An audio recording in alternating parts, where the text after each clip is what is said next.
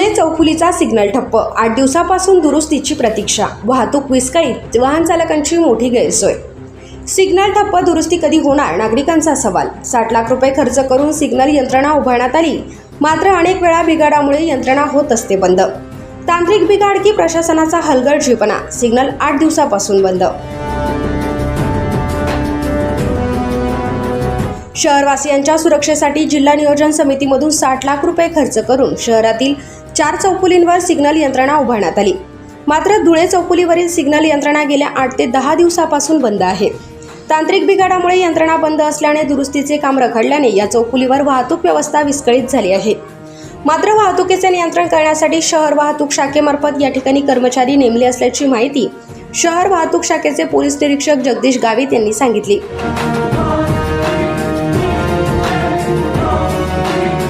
प्रशासनाने सिग्नल दुरुस्तीसाठी लक्ष देणे गरजेचे असून वाहनधारकांची होणारी कोंडी दूर करावी, असे वाहन चालकांचे म्हणणे आहे.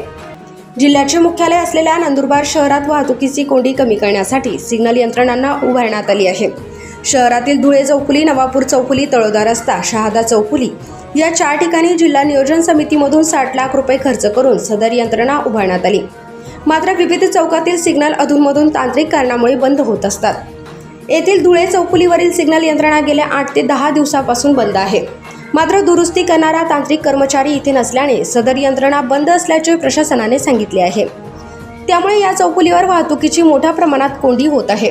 वाहतुकीची कोंडी व अपघात टाळावे यासाठी ही यंत्रणा बसविण्यात आली आहे. सिग्नल यंत्रणेच्या नादुरुस्तीमुळे नागरिकांच्या सुरक्षेवर प्रश्नचिन्ह निर्माण झाले आहे. सिग्नल व्यवस्था पूर्ववत सुरू व्हावी अशी मागणी वाहनधारकांनी केली आहे. प्रशासनाने याकडे गांभीर्याने लक्ष देणे गरजेचे आहे. या संदर्भात प्रवासी संघटनेचे प्रमुख गजेंद्र शिंपी काय म्हणाले ते पाहूया. नंदुरबार शहराला ज्या मुख्य पॉइंटवर म्हणजे धुळे रोड असेल, साक्री रोड असेल, तळोदा रोड असेल, अशा 4 चौफुल्यांवरती सिग्नल व्यवस्था बसवली आहे. परंतु या सिग्नल व्यवस्थेची आज अशी परिस्थिती झाली की ते बंद अवस्थेत आहेत काही. परंतु उन्हामुळे आपण समजू शकतो 12 तर 4 हा बंद ठेवला पाहिजे, जेणेकरून वाहनधारकांना जाता येता येईल. याला कारण असं आहे की उन्हामुळे माणूस काही थांबू शकत नाही. परंतु आम्ही तपास केला की हे एक सिग्नलची व्यवस्था आहे धुळे चौफुलीची, ही का बंद आहे, तर ते मेंटेनन्समुळे बंद आहे. पण असं न करता शासनाने इथं परमनंट माणूस नेमला पाहिजे, कारण की तो मेंटेनन्स करणारा नाशिकवरनं येतो, तो येईल, तो केव्हा होईल, एखाद्याच्या प्राण जाईल तर त्याला कोण जबाबदार राहणार आहे.